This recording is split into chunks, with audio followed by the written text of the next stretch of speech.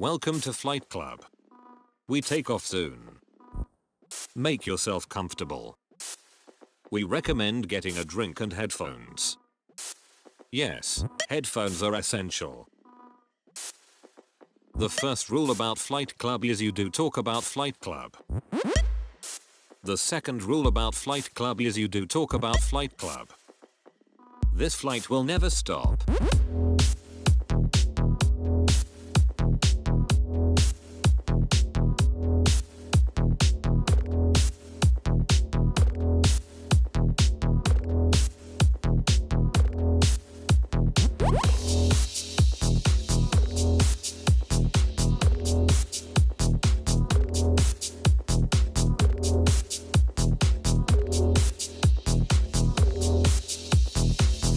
Welcome to Flight Club.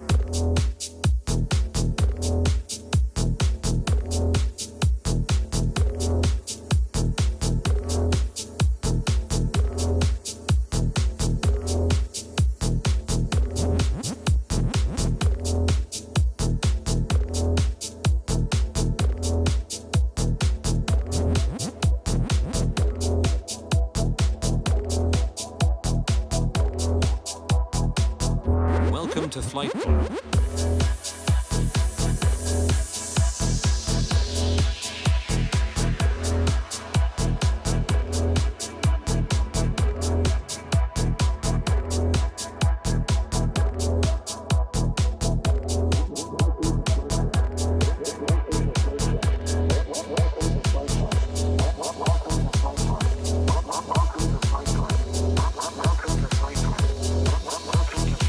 This flight will never stop. Flight Club. Flight Club. Flight Club. Flight Club.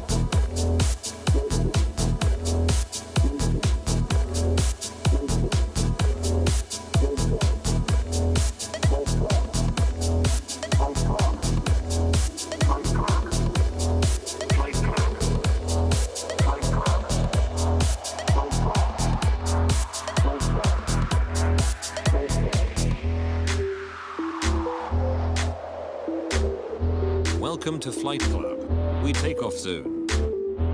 Make yourself comfortable. We recommend getting a drink and headphones. Yes, headphones are essential. The first rule about Flight Club is you do talk about Flight Club. The second rule about Flight Club is you do talk about Flight Club. This flight will never stop.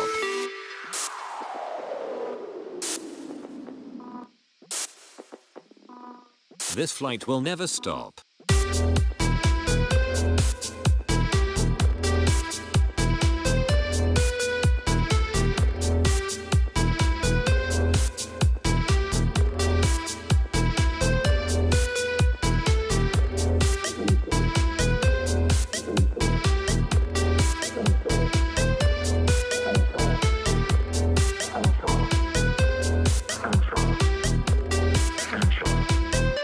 Welcome to Flight Club.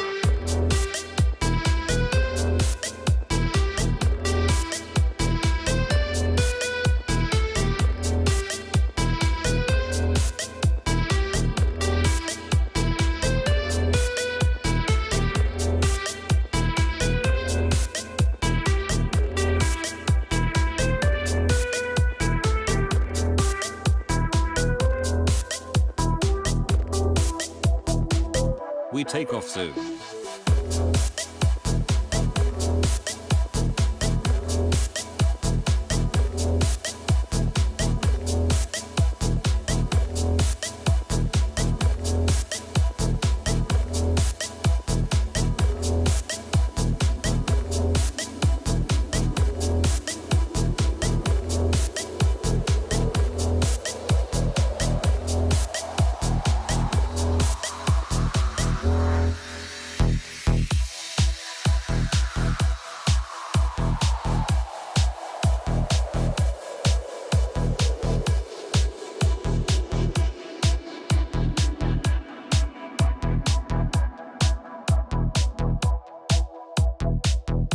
Welcome to Flight Club. This flight will never stop.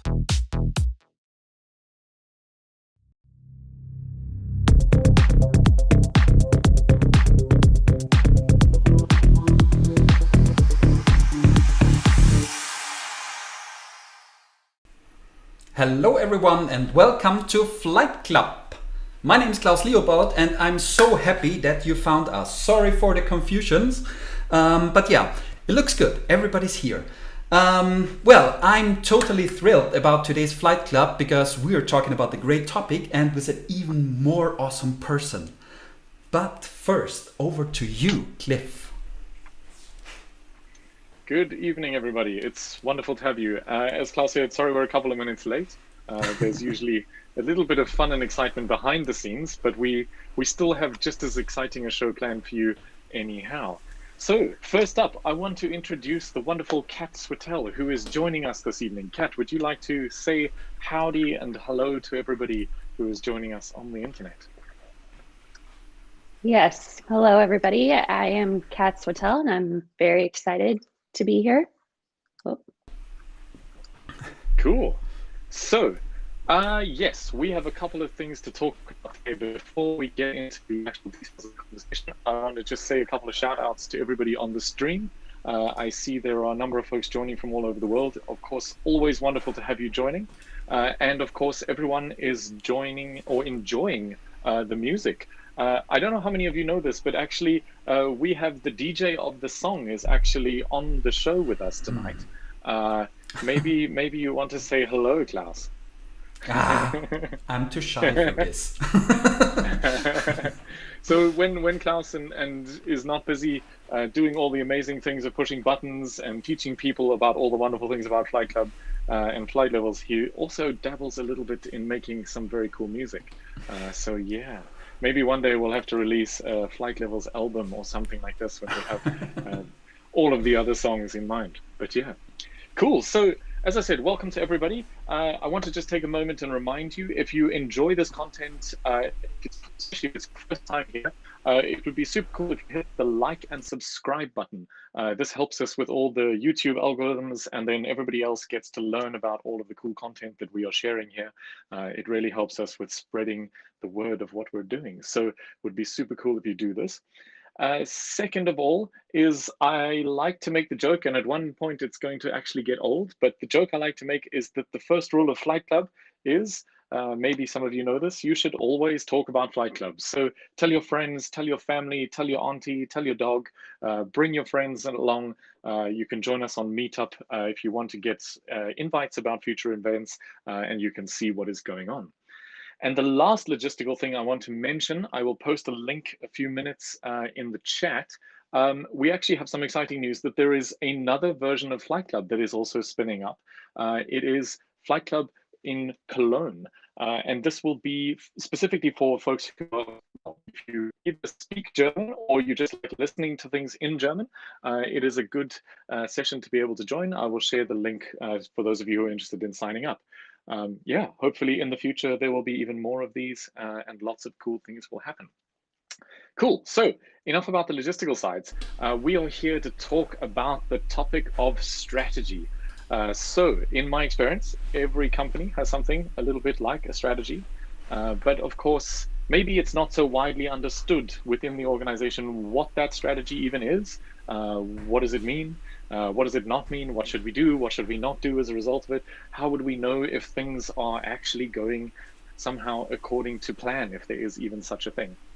So this evening, we want to explore the topic of strategy as a concept, and specifically draw on some of Kat's experience with Wardley mapping, and how this can help us to answer the hard questions about life, the universe, and everything. So yes. Kat, if I can kick off just with a first kind of a question, is that for me, in a lot of organizations, what I've seen happen is that strategy is sort of this thing that we do in January, and we don't really care about it so much until December rolls around, at which point somebody upstairs asks us to make PowerPoint.ppt to explain what we've done the whole year. And so we build a slide deck to say, yeah, we did these things last year, and this is how it maps to the strategy. Does this kind of resonate with your general experience? You know, what do you sort of see as like happening in your world, and what maybe are some of the, I don't know, downsides, if I can make it too much of a leading question, but what are the downsides of this kind of approach from your experience? Yeah, I see a lot of companies that it's like an annual thing where they come together and kind of in January make some really beautiful slide decks with a lot of chevrons on them.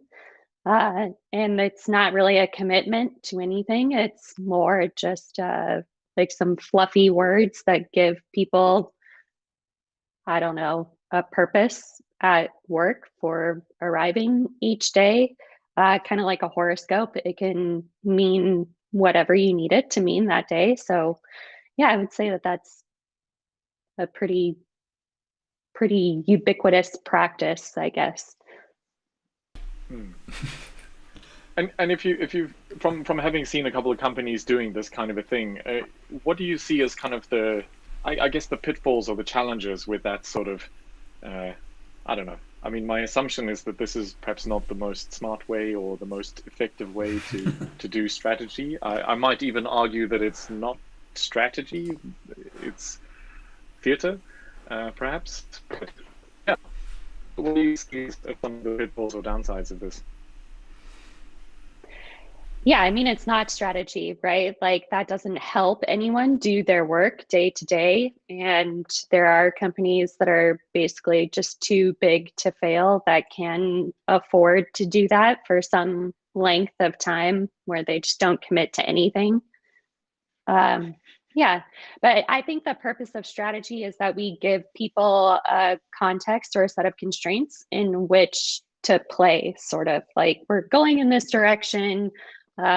What do you think you can do? What can you contribute to moving us in that direction? So strategy should be some sort of commitment, right? Like we are headed in this direction. So hop on board or don't and be left behind. It sounds so like you're suggesting that the people inside the organization should be contributing to sort of details and decision making kind of in the works and so on. A lot of companies, at least sort of, I don't really know what the nice polite word for it is, but maybe sort of older school sort of, we use euphemisms like traditional or sort of hierarchical, these kind of things. Not so often in the business of involving other people in the decisions or the discussions around these sort of things. So I think this is kind of an interesting topic, because what I'm wondering is, like, how do you kind of get folks to sort of see, if they're not used to seeing that this is kind of an important thing, that there are benefits from kind of involving humans, even if it's just in understanding what the strategy is. Yeah, I guess, so I think your question is, how do we impress upon people the importance of like bi-directional communication? Is that accurate? Yes? Sure. I assume so. Yeah. Yeah, so I think that for me, like there's the Richard Rummel thing that is really popular, right? Where the strategy kernel, which is where you have like a diagnosis of what's going on in the world, and then you have these guiding policies and a set of actions. And what I like to encourage folks to do is include as part of the conversation from that kind of strategic space into whatever the next space down is. So whatever that is, flight level 2 or whatever it is for that organization, talk about what some leading indicators would be. Like, how do we know if this strategy is still makes sense in the market, right? Like there could be something that changed drastically. COVID-19 did this for lots of companies where they had a strategy of doing some sort of like live events or like bring a bunch of people together. And now what do you do?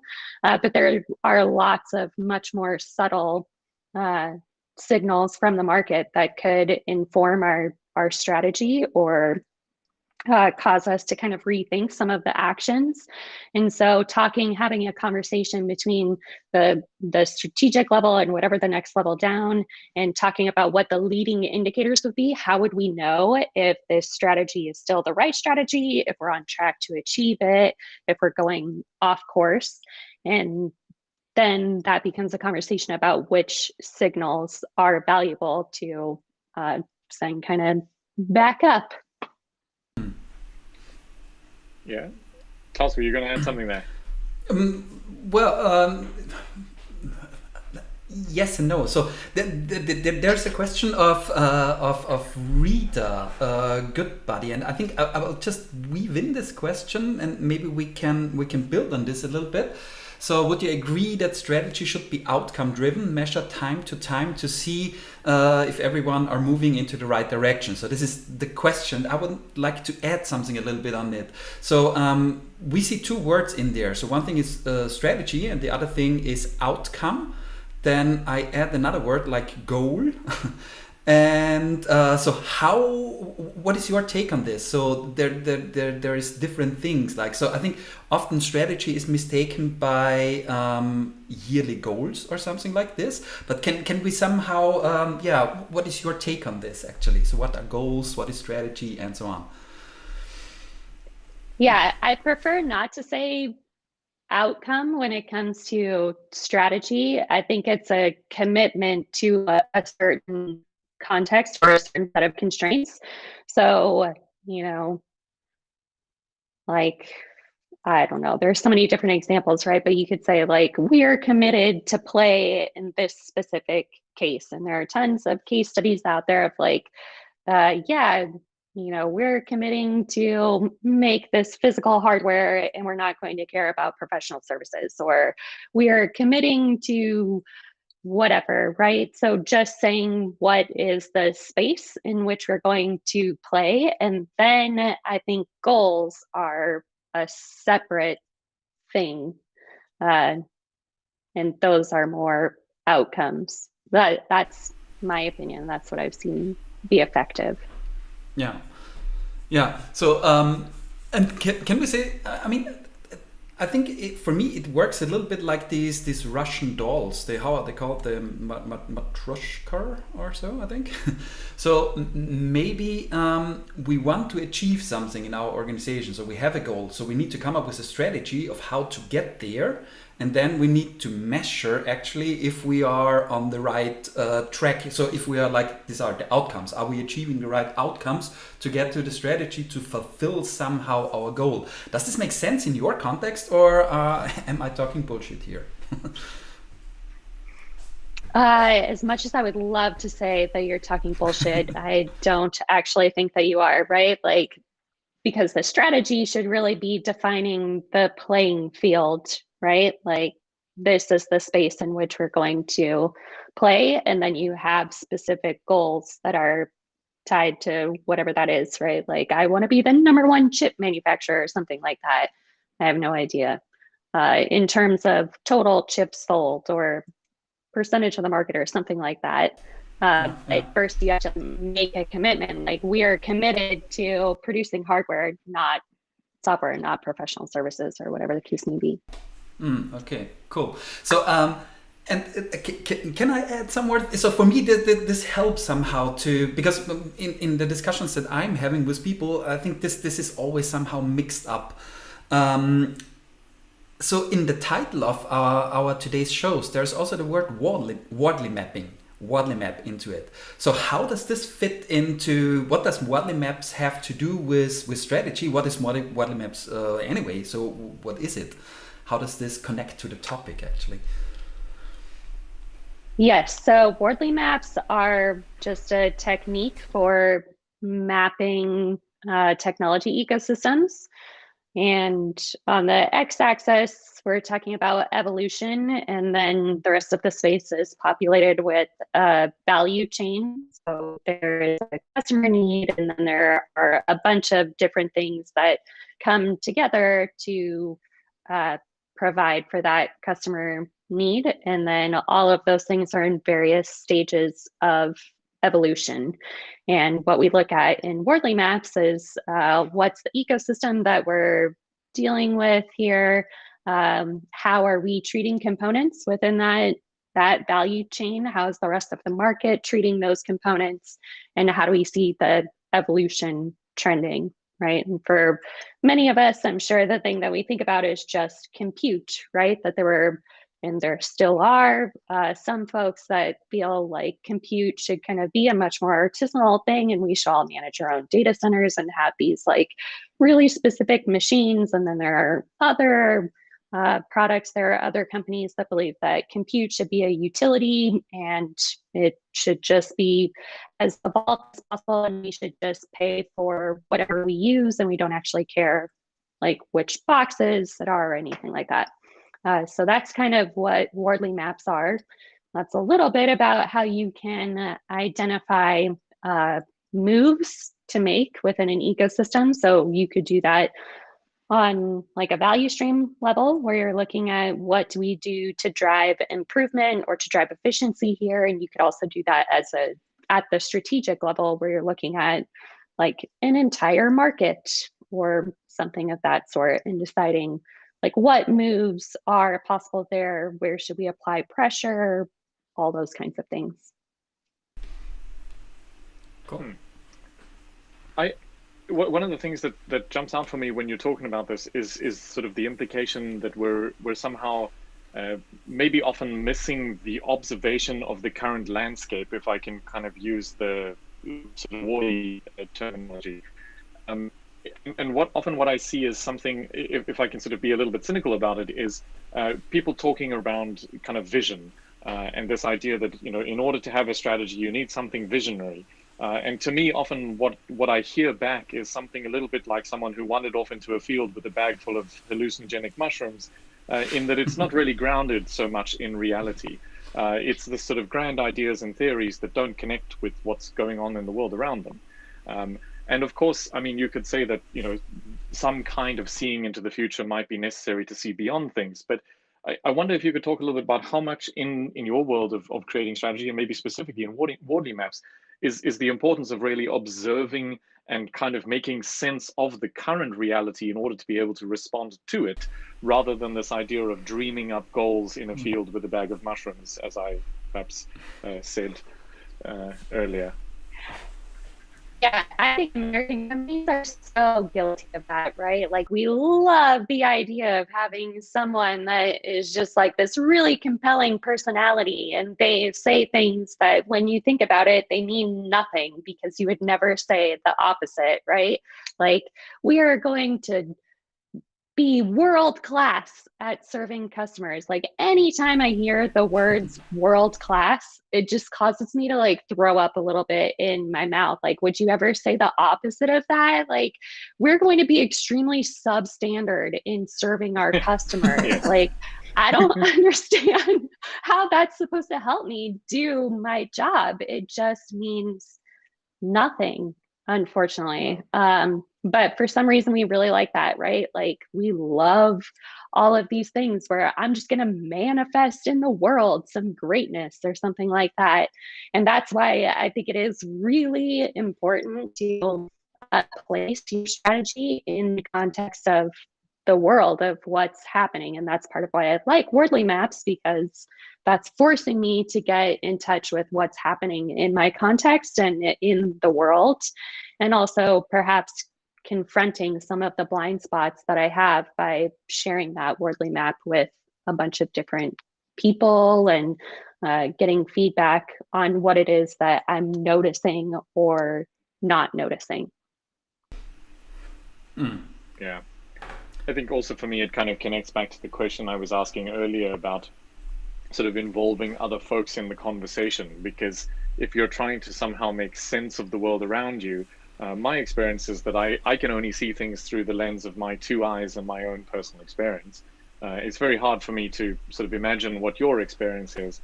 I can talk to you, but it's not the same as your lived experience.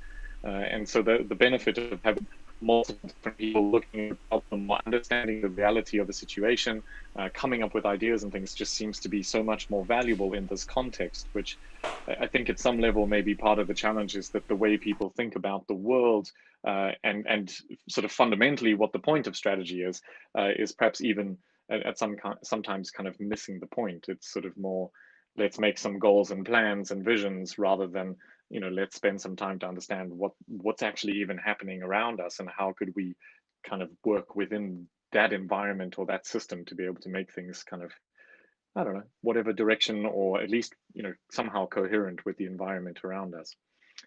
Yeah. So Yeah, that's I'd the like number one thing. Sorry, I'm Go going to for keep it. talking No, go ahead. because No, I go am. for it. Please go for it. Yeah, I think that's the number one piece of advice that I would offer anyone right now who's working on strategy, or even working on like the deployment of that strategy and what are the set of actions that we should do next. If you can find people, if you're really looking for innovation and transformational change, if you can find people who are not served by the current system, and then show your ideas to that person or group of people, they're going to have a much better outlook on what could be potentially disruptive, right? Because they're already not being served by the current system. So they're not going to try to reproduce that with new tools, which is kind of my pet peeve. Like over the past week, there's been so much stuff in the news about NFTs, right? Yeah, woohoo, wonderful. So basically what we're doing there is programmatically creating the scarcity that we have in the physical world, but we're creating it in a digital space. That's just reproducing what already is. It's not generative at all. It's not transformational at all. It is literally the exact same thing that we already have. Whereas if you go to someone who is not served by the current system and invite their feedback and invite them to share their lived experience, then that's probably where you have a much higher chance of gaining truly transformative insights. Yeah, I think this is quite interesting. Just as a sort of a side point on this, everyone on the internet is always, well, everybody, lots of echo chambers on the internet are talking about the latest Silicon Valley startups and whatever's happening in Europe and so on. But far and away, from my experience, the most fascinating things are the stuff that's happening, you know, sort of, well, at least I'm from South Africa, and so I kind of feel connected to Africa as a whole, as weird as that kind of sounds. But on the African continent, so many fascinating things happening where people are leapfrogging technologies. You know, people never had landlines and ADSL and, you know, those sort of things in their house. We went straight to mobile, and all of these kind of technologies that are enabling and creating all of this fascinating emergence, because folks who have never been served by the previous system are inventing the future to solve the problems that the rest of the world hasn't cared about solving for them, because it's somehow seen them as less relevant or less interesting. So yeah, just a resonance from my side on that one. So I want to point us a little bit to the topic of Wardley maps and just understand a little bit more about, you know, how does a Wardley map help us in this sense? I don't know if you, I mean, you sort of explained a little bit about what a map is in general, but if you could give us sort of a simple summary of what is a Wardley map and how would you use it? Like what's the benefit of having this versus some of the other techniques that may be out in the wild? Yeah, I think there are a couple of things there. Number one, really valuable thing about Wardley maps is you don't have to go get an MBA or be wearing like a tailored blue suit or anything like that, right? It is freely available out there. There's really easy ways to learn about Wardley maps, to have the experience of Wardley mapping. So that is already great, right? Because it opens up a space where we can invite people that perhaps don't have access to like a fancy MBA program or whatever the case may be, and invite that feedback. It's pretty easy to understand. It's easy for people to poke holes in that without a bunch of training or anything like that. So that is very good, I think.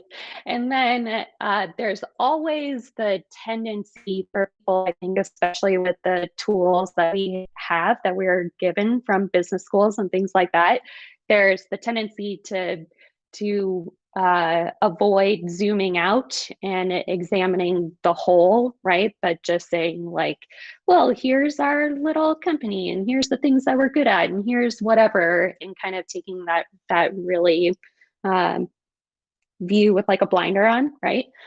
So Wardley maps encourage you to zoom out and look at things not only as a whole or as an ecosystem, but always as something that exists in time, right?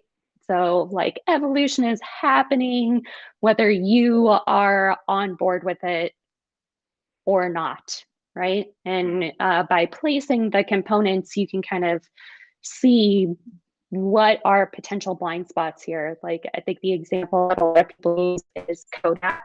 They invented the digital camera, but just kind of thought like, oh, this a little bit too weird or whatever. Like people are really comfortable with film, and can we do like a mashup of digital camera and film or something like that? So that obviously was a failure to like zoom out and see where that technology was in terms of evolution and ask the question of where is it going from here, right? So to place that in an ecosystem and in time. Yeah, I like that as well. I remember some of my first experiences with Wardley Maps was basically using it as a tool to make a kind of a case for some things that we were already wanting to do. And so it was more of a justification exercise than it was really a strategic kind of sense and depth kind of approach. And it was, I think it was actually sort of corrected me on this, because I saw him talk somewhere and I asked him a couple of questions about what I was doing, and he just kind of, what on earth are you doing, dude? Like, that's not the point. Like, you should be zoom out. I was like, okay. And eventually it kind of sunk in. But I mean, I see people doing this and I've done it myself. So yeah, it's definitely a thing. Cool. Before we go too far down, yeah, absolutely. Yeah, sure. So before we go too far down the rabbit hole of the interesting discussion that I would like to be able to have with you, I want to just remind everybody to ask questions in the chat. The point of this session is that we weave the questions and the discussion from the chat into the conversation. So if there's anything you would like to ask to either Klaus or myself or to Kat, now is your opportunity. Just fire away and we will weave it in as we go. So, Kat, we were talking a little bit earlier. Ben Boder, if I pronounce this name correctly, he has a saying that he used in the title of one of his talks. It says, "A compass is better than a map." I'm curious what you make of this statement. Yeah, I spend a lot of time with Ben. So if I put my Ben hat on, I think I know what he's thinking. Something that Ben and I talk about a lot is that there is probably a lot more value in the practice of mapping than there is in the artifact that is a map, right? But like deciding which components make it onto the map is a really interesting thing, right? And that is the practice of mapping. Like even if you're alone, creating a map for yourself, walking through that thinking, that's the practice of mapping. And I don't know how many maps I draw in a week, and all of them end up in the trash can, it seems like. So I think the practice of mapping, right? We use a compass to come up with our maps. We are always in the practice of mapping. A lot of times has more value than the actual artifact itself, the map. And then of course, because we are existing in these dynamic systems that are playing out over time, right? As soon as we record something in a map, it's already in the process of becoming outdated. So unless you do like I do and put an expiration date on the map, right? Like there is a danger that you continue to use this artifact to kind of guide your actions, and it has already become outdated. So there probably is much more value in having the tools to engage in the practice of mapping rather than the actual artifact itself. Okay, I think this is somehow, it goes a little bit into, so there are just a couple of questions popping up regarding Wardley mapping. This is a rather old one, but I think it fits into what you were just talking about. So Bernie Pinola, if I pronounce it correctly, says Simon Wardley mentioned several times how hard it is to use the mapping. Is there anything you could tell us what helped you to get value out of it fast? Well, the first step would be to actually create a map. I don't know how many people I talk to that have never made a map. They're like, well, I don't understand when I would use one. I don't understand.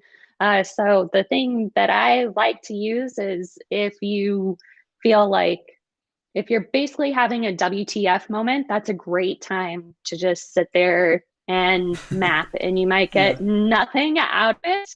But the worst case scenario is you spent 5 minutes and you're in the same place where you started, right? The best case scenario is that you get some sort of insight from this. So I think the number one thing is just start mapping and just have the expectation that you're going to throw it away in the end. So don't worry about it being like just right or anything like that.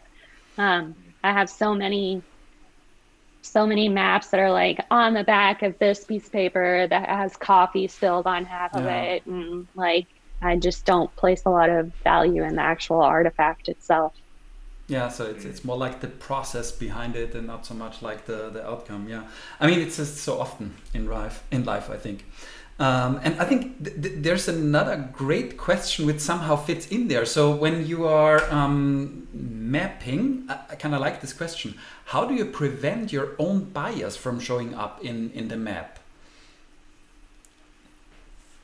You don't, of course. Like, you can't possibly, exactly. Right? Like, it's going to show up in the map. If that's why you're engaging in the mapping practice, to uncover your own bias or to work through your own bias, then what I suggest is that you get a mapping partner or a group of people that can all map the same thing that you're curious about, and each of you create your own map, like time box it, we're each going to spend 15 minutes or something like that, or 30 minutes, and then bring them all together and talk about which things are different. Like, well, I have this component and both of you don't have it.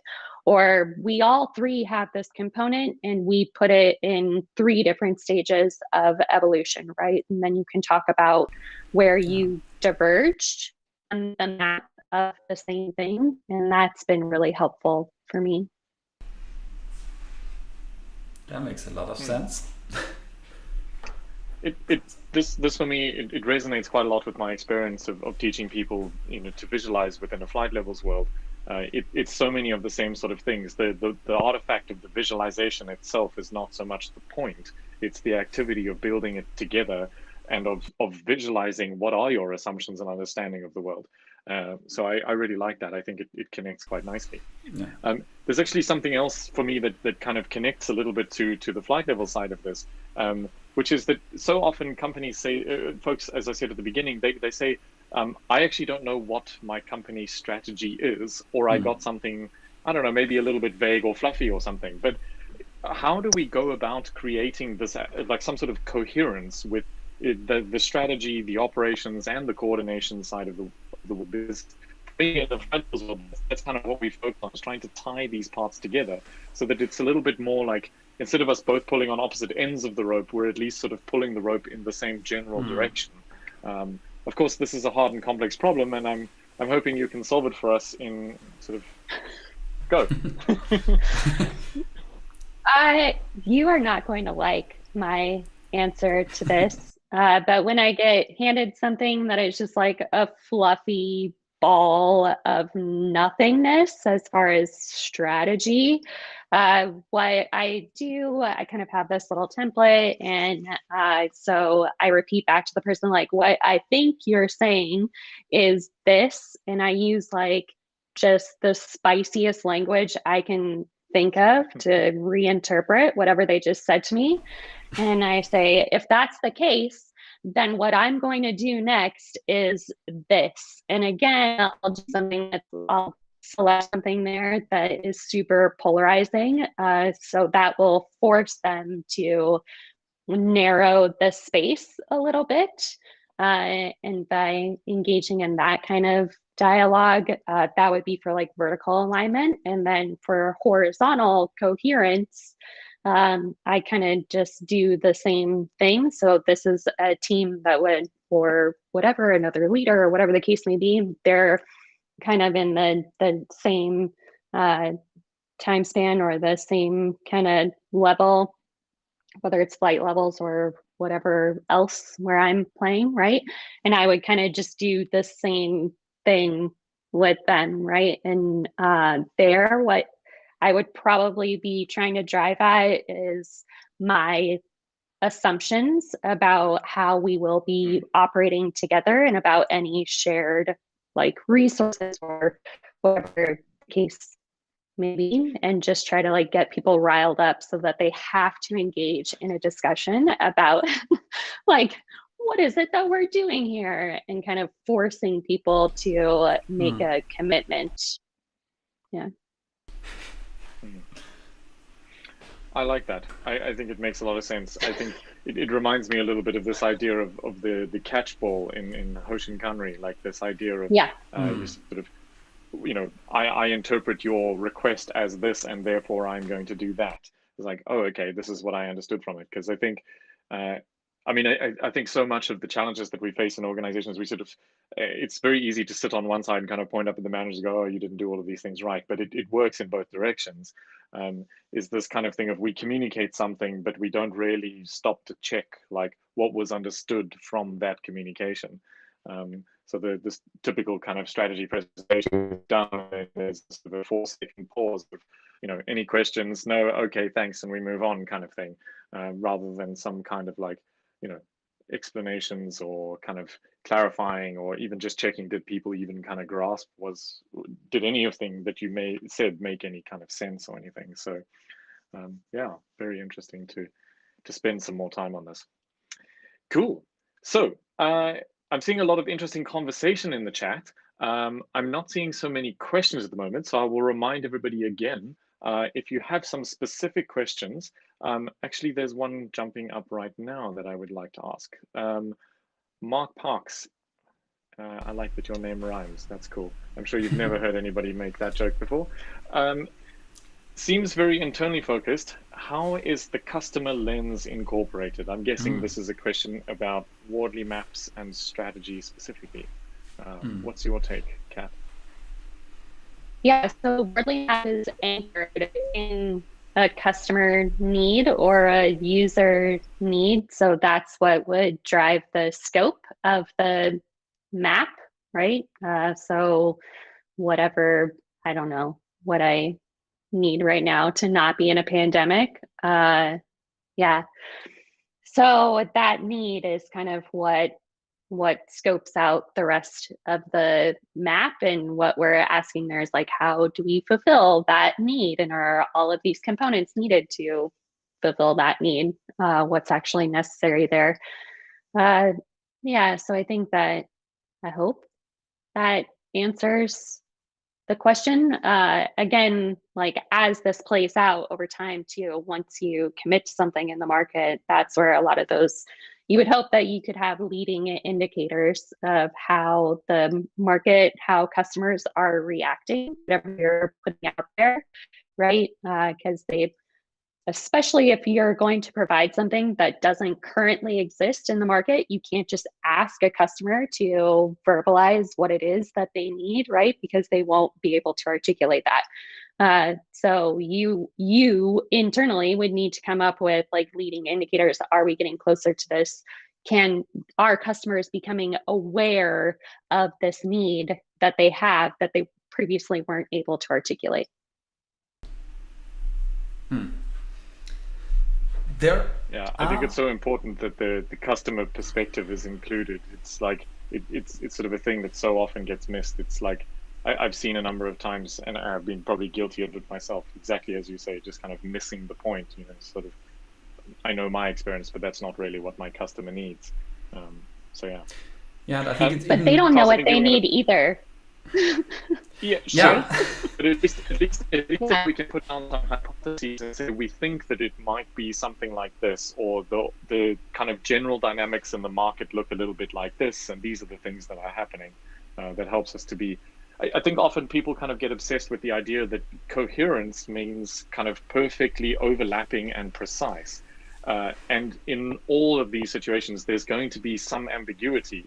But the point is, I think it was Don Reinerson that talks about it, is that you're not trying to be 100% accurate. You're just trying to be a little bit more accurate. I forget the exact quote that he had. I should remember it because it was really good.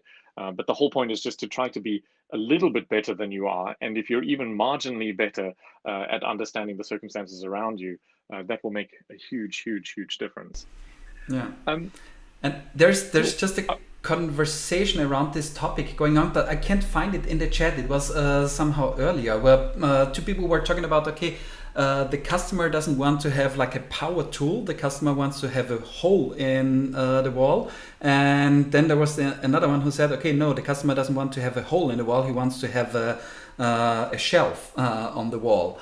So it is a lot about actually not only finding out what the customer wants, but also what we want to supply the customer. So what do I mean, maybe he wants a shelf on the wall, but another customer wants to, I don't know, a picture on the wall. So finding out what we want also shapes somehow our customers, if this makes sense.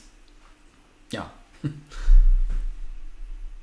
Yeah, I think there's something there about how conspicuous the need is, right? And so like we might start with the end goal and say like, oh, I wanted to have a shelf on my wall because I want to display this trinket or something like that, right?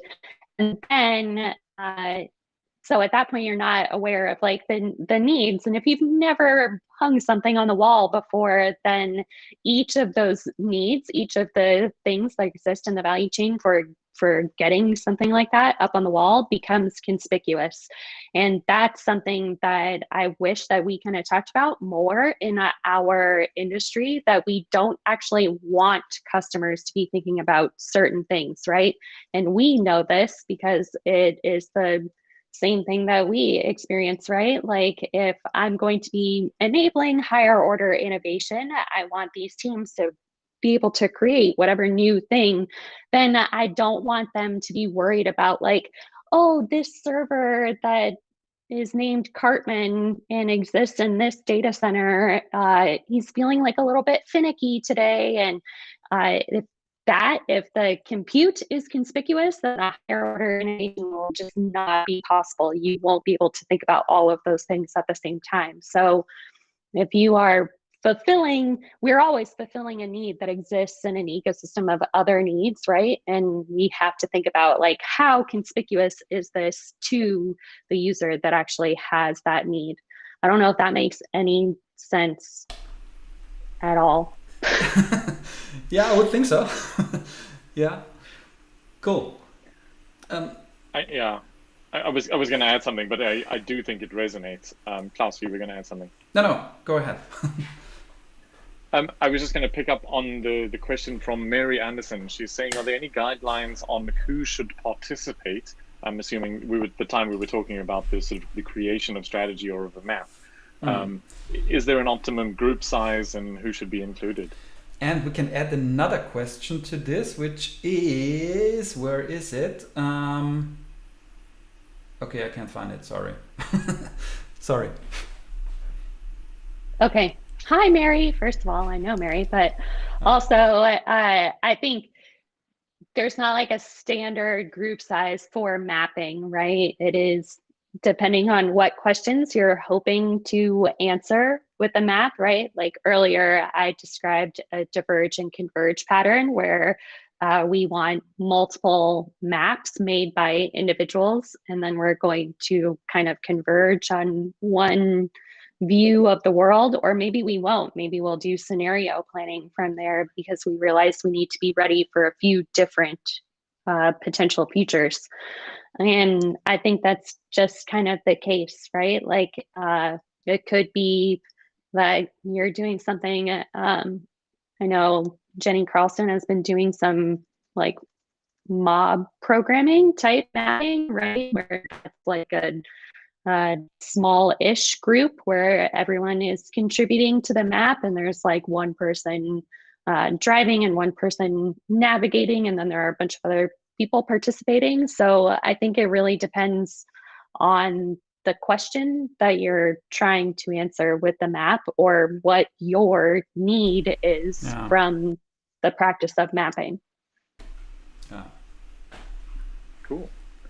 There's another question here from Rahul Baji. Is asking, it says, question to Kat, would you share, or could you share an example of a genesis of higher order solutions emerging from solutions reaching stage 4 commodity?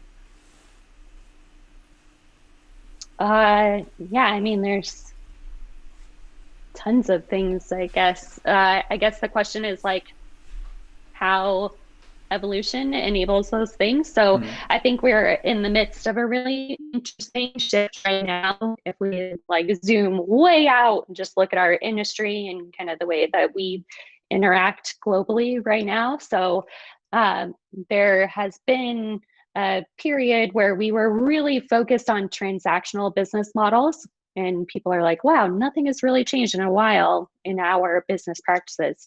Well, yeah, that's because the technology there hasn't been like a big thing, right? But now there has. So we started out and we have compute, and what it is you buy a machine, you and your company, you buy a machine and you like employ people to program that machine, and eventually the actual hardware itself evolves enough where, okay, now we can kind of start buying software out in the marketplace, right? The hardware is repeatable enough where people can create software that will run. So now we have that paradigm, right? But still, there's not like things aren't connected together, and there's not the ability to like have a bunch of data and to make sense from that. But then as compute evolves even further, it becomes much cheaper to have just a shitload of data, right? So now we can kind of be like, okay, yeah, I get it. I'm starting to get insights about this person. But at first, and this is something that probably many of us on this channel have all felt, like when big data came up and people were like, well, what are you doing with that, right? Like you just have a bunch of data. We don't even know what to do with that, right? So that tells you that it's much further to the left because people don't really know what to do with it. Well, then that starts evolving. And then what do we get on top of that is now the idea of flowing data around, right? And having real-time things happening, real-time sense making with that data. So now we had all of these transactional business approaches because that's the only thing that we could do with our technology, right? We could only support transactions, but we can flow data to where it needs to be in order to support a relationship, which is much more of like a real-time thing where you and I are reacting to each other in real time. We can only support like an aggregate of transactions. But now we have the technology tools where we can support the creation and maintenance of relationships in a digital place, right? So now we see business models that are completely different.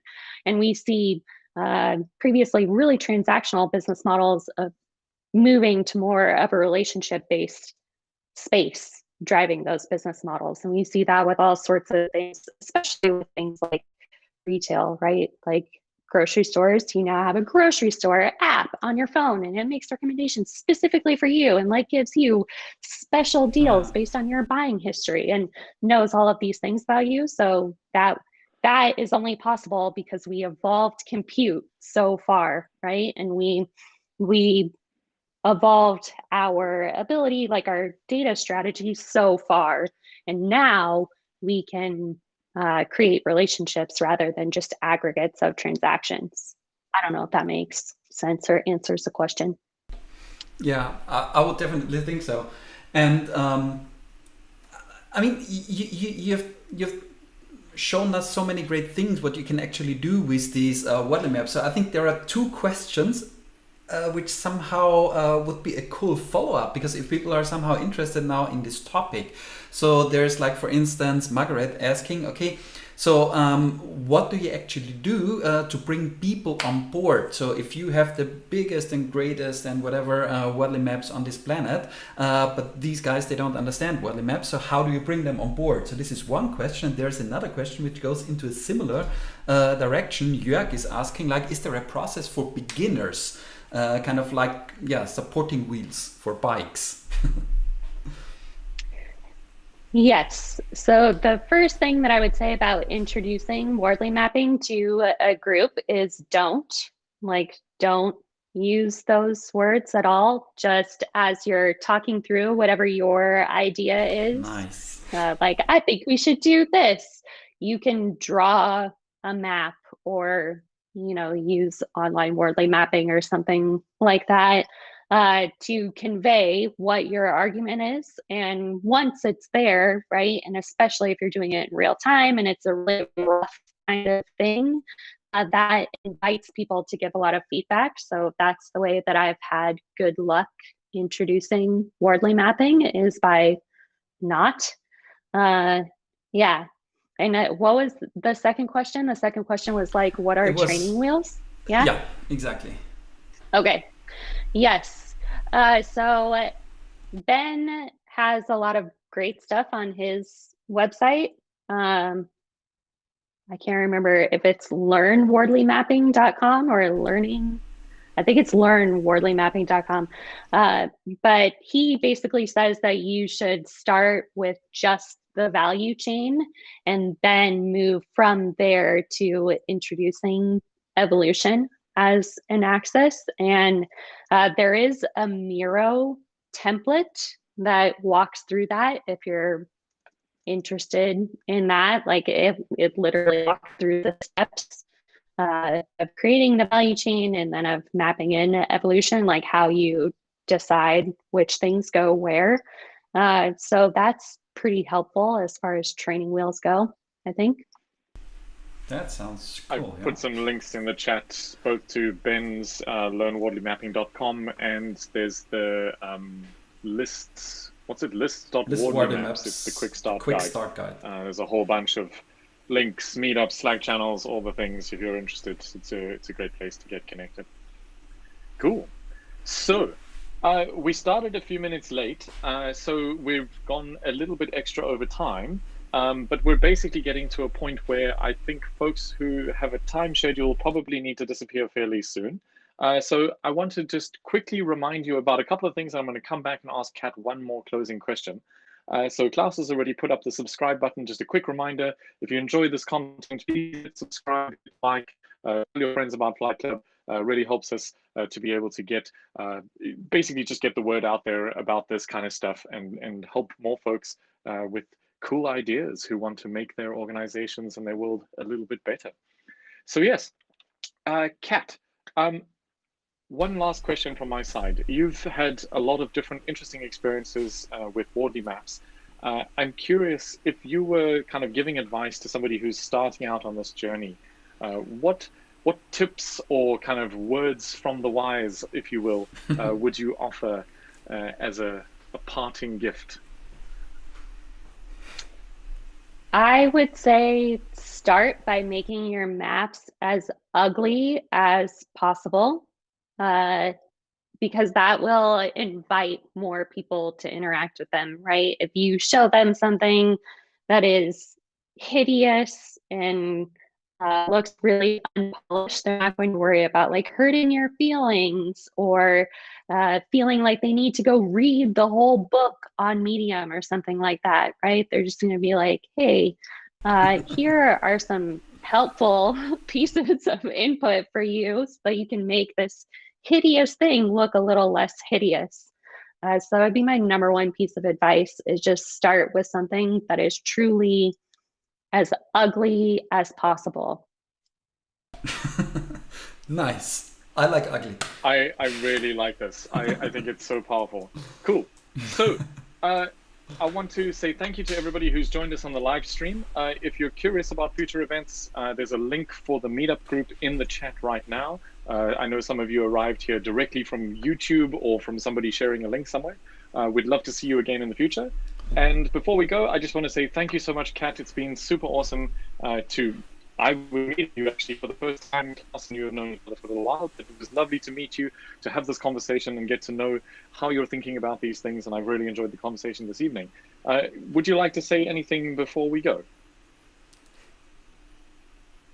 I'm just thankful to be here. I'm thankful for this opportunity to talk with everyone. And if anyone has any questions or wants to talk about Wardley mapping, definitely reach out anytime.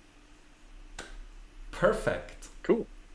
Cool. Well, thanks everyone for joining. We'll see you again in a few weeks. Have a lot of fun. Yes. Bye. Thank you so much, Kat. Goodbye. Yeah, thank you. See ya.